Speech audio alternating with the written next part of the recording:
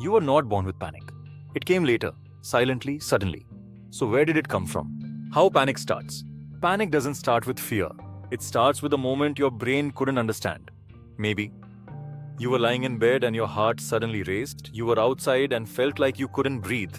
You saw someone faint, you heard a scary story, or a single thought hit you. What if I die right now? Your brain didn't know how to process it. Not the place, but the thought triggered the alarm. What happens during panic?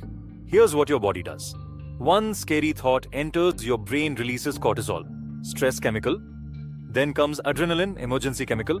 Your chest feels tight, breath becomes shallow.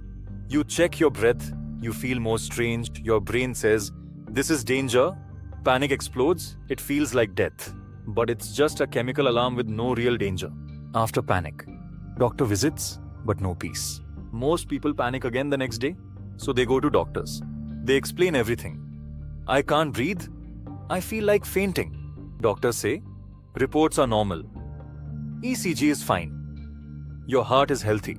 You smile outside. But inside, you still feel afraid. Because even when the body is fine, your brain remembers the fear. And that memory keeps repeating. You try to laugh with family, but your smile feels fake. You try to work, but your mind is stuck. You try to watch a movie or play a game, but something inside still feels broken. No one sees it, but you live with it. Every day. The mistake we all make. After that first panic, you start avoiding places. I won't sleep alone. I'll never go to the beach. I can't travel in a car.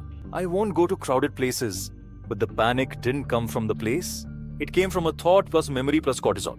Avoiding the place doesn't fix it. It makes your world smaller. It makes your fear stronger. Real examples, panic looks different for everyone. A, panic while sleeping mind says, what if I don't wake up? Body freezes. You check your breath. It feels off. Now panic takes over. It's not sleep. It's a memory loop. B, panic in public crowded temple or beach. Your brain says no escape. What if I faint? Even if nothing's wrong, panic floods you. C, panic in vehicle, boat, auto, train. No control, no exit. Your brain says I'm stuck. Even if the ride is smooth, panic hits. D, after health news or death, you hear about someone fainting or dying. Later your body feels off. The brain connects it. Even if your body is okay, panic starts again. 6. Hidden panic symptoms. Most people don't know shaky legs, feeling like you're floating, blank mind, emotional numbness. Feeling like you're not real, sudden urge to run, feeling disconnected from your body. These are all normal in panic. But no one talks about them. And because no one tells you, you panic even more. The mind after panic, the second storm. Even when panic ends, your brain keeps spinning. What if it comes again? What's wrong with me? Will I ever be normal again? Why did this happen to me? This is the second panic. The silent one. It keeps you trapped long after the moment has passed. Why logic doesn't work?